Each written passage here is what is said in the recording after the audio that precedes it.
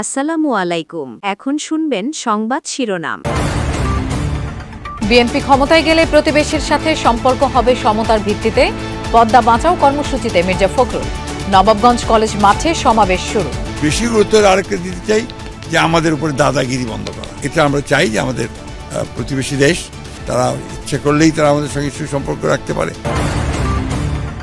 গেল তিনবারের মতো নির্বাচন হলে জাতির ভাগ্যে নেমে আসবে দুর্ভোগ। খুলনার পথসভায় গোলাম পরোয়ার। 54 বছর ধরে দুর্নীতি লুটপাটের অভিযোগ। এবারের নির্বাচন যদি 14, 18, 24-এর মতো নির্বাচন হয়, জাতির ভাগ্যে দুর্ভোগ নেমে আসবে। শেখ হাসিনার মামলার রায় ঘিরে চোরাগোপ্তা হামলা, অগ্নিসংযোগ, বিপুল অর্থ আর অস্ত্রের ব্যবহারে দীর্ঘমেয়াদী সহিংসতার শঙ্কা বিশ্লেষকদের। মাঠে আগুন থাকবে, বাস পোড়ানো থাকবে, গোলাগুলি থাকবে, জনগণ ঘরে থাকবে, জনগণের জীবনযাত্রা ব্যাঘাত ঘটবে। এই সংস্কৃতি আমাদের কপালের লিখন হয়ে থাকলো। অপতৎপরতা প্রতিহত করার জন্য আইন শৃঙ্খলা রক্ষাকারী বাহিনীর দায়িত্ব আছে এবং সরকার এই ব্যাপারে বিশেষ মনোযোগ দিবে। নেত্রকোনার কেন্দুয়ায় মহাজনের ঋণের ফাঁদে নিঃস্ব অনেকে। আপন বোন ভগ্নিপতির কাছ থেকে ঋণ নিয়ে কারাগারে এক নারী। 41 লাখ টাকার মিথ্যা মামলা ধরে দুইটা প্রতিবন্ধী বাচ্চা আছে, বাচ্চাগুলো প্রতিদিন মামা করে কান্দে। যদি আনে 20,000 হ্যাঁ লাগাই দেবো 1 লাখ, 2 লাখ, 3 লাখ। আসসালামু আলাইকুম। এতক্ষণ শুনছিলেন সংবাদ শিরোনাম, এখন শুনবেন বিস্তারিত। বাংলাদেশের উপর ভারতের দাদাগিরি বন্ধ করে বন্ধুসুলভ সহযোগিতামূলক আচরণের আহ্বান জানিয়েছেন বিএনপি মহাসচিব মির্জা ফখরুল ইসলাম আলমগীর। তিনি বলেন, দেশের স্বার্থ রক্ষায় প্রয়োজন নির্বাচিত সরকার। চাঁপাইনবাবগঞ্জে মহানন্দা নদীর রাবার ড্যাম প্রকল্প পরিদর্শন করে কথা বলেন তিনি। বিএনপি মহাসচিব বলেন, পানির হিস্সা নিয়ে বারবার ভারতের সাথে কথা বললেও দেশটি গুরুত্ব দিচ্ছে না। নির্বাচনের মধ্যে দিয়ে বিএনপি সরকার গঠন করতে পারলে পানির ন্যায্য হিস্সা বুঝে নিতে সর্বোচ্চ চেষ্টা করা হবে। মির্জা ফখরুল বলেন, নির্বাচিত সরকার থাকলে জনগণের সমর্থন নিয়ে দেশের স্বার্থ রক্ষায় যে কোনো দাবি আদায় সহজ হবে। ভারতকে বাংলাদেশের সঙ্গে সহযোগিতামূলক সম্পর্ক বজায় রাখার আহ্বান জানান বিএনপি মহাসচিব। এদিকে জেলার নবমগঞ্জ সরকারি কলেজ মাঠে বিএনপির পদ্মা বাঁচাও গণসমাবেশ শুরু হয়েছে।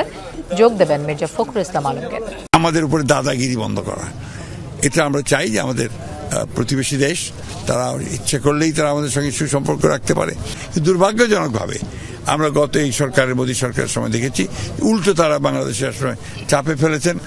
ইকুয়াল ফুটিং এর কথা বলতে হবে, মর্যাদা রাখতে হবে, সমমর্যাদা রাখতে হবে, স্বার্থটাকে, দেশের স্বার্থটাকে সবার আগে গুরুত্ব দিতে হবে। দুপুর 3টায় আনুষ্ঠানিকভাবে এই গণসমাবেশ অনুষ্ঠিত হবে, যেটি নবাবগঞ্জ সরকারি কলেজ মাঠে আয়োজন করা হচ্ছে। চলো জি ভাই হার পদ্মা বাঁচাই, অর্থাৎ চলো ভাই আমাদের পদ্মা বাঁচাই, এই স্লোগানে যে গণসমাবেশের আয়োজন করা হয়েছে। পদ্মা নদীর পানির ন্যায্য হিস্যার দাবিতে যে সমন্বয় কমিটি রয়েছে তাদের আয়োজনে ইতিমধ্যেই এই অঞ্চলের 3টি সংসদীয় আসনের সাধারণ মানুষ তারা আসলে সমাবেশকে ঘিরে সমাবেশ স্থলে এসে উপস্থিত হচ্ছেন।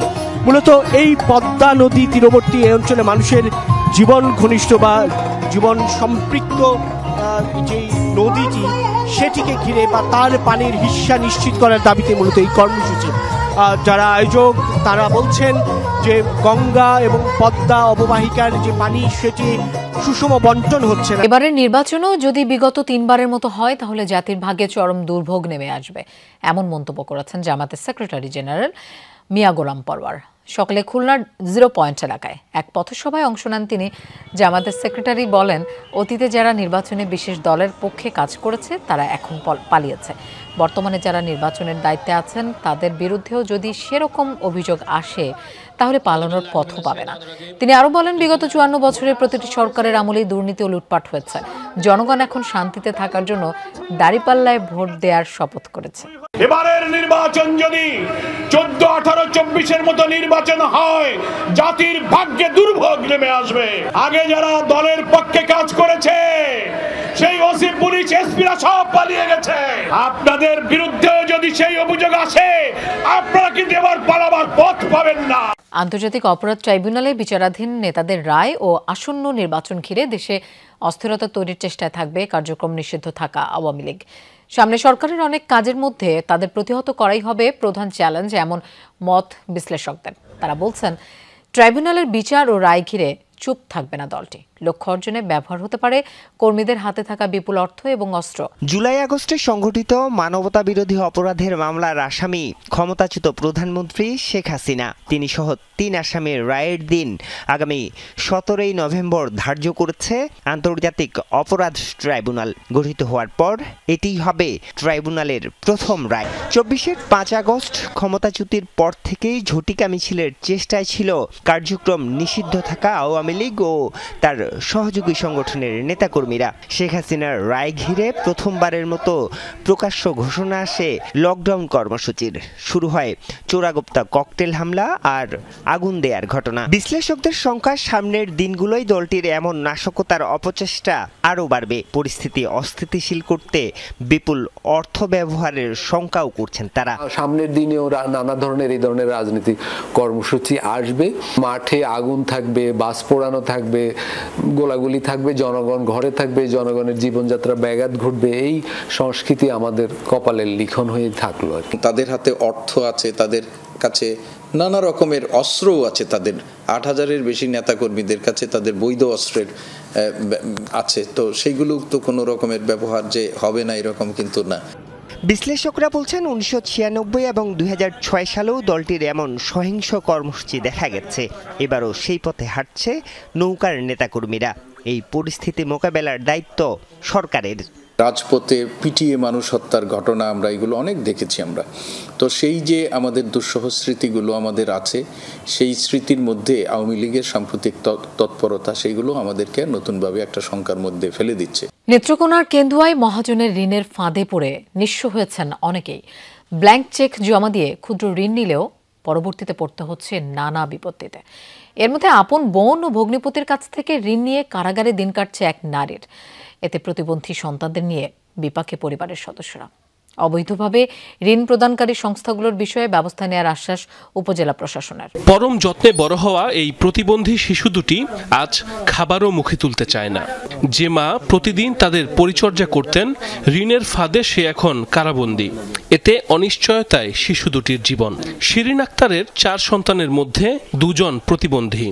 এর সাথে মানসিক ভারসাম্যহীন এক ভাই, অসুস্থ মা আর স্বামীকে নিয়ে তার সংসার। নেত্রকোনার কেন্দুয়া উপজেলার মামুদপুর গ্রামে তাদের বসবাস। অভাব অনটনের মুখে 6 বছর আগে আপন বোন আর ভগ্নিপতির কাছ থেকে ব্ল্যাঙ্ক চেকের মাধ্যমে 1.5 লাখ টাকা ঋণ নেন শিরিন। এর মধ্যে 60,000 টাকা পরিশোধ করেন। বাকি টাকা দিতে না পারায় বোন আইরিন ও আরেক বোন তাজমহলের স্বামী রফিকুল আলম 41 লাখ টাকার দাবিতে চেক ডিজনারের মামলা করেন। এরপর থেকেই কারাগারে ভুক্তভোগী নারী। তার স্বামীর দাবি, পৈতৃক সম্পত্তি নিয়ে বিরোধে এমন পরিস্থিতির শিকার শিরিন। ভগ্নিপতি থেকে কিছু হাত খরচ টাকা আনছিল।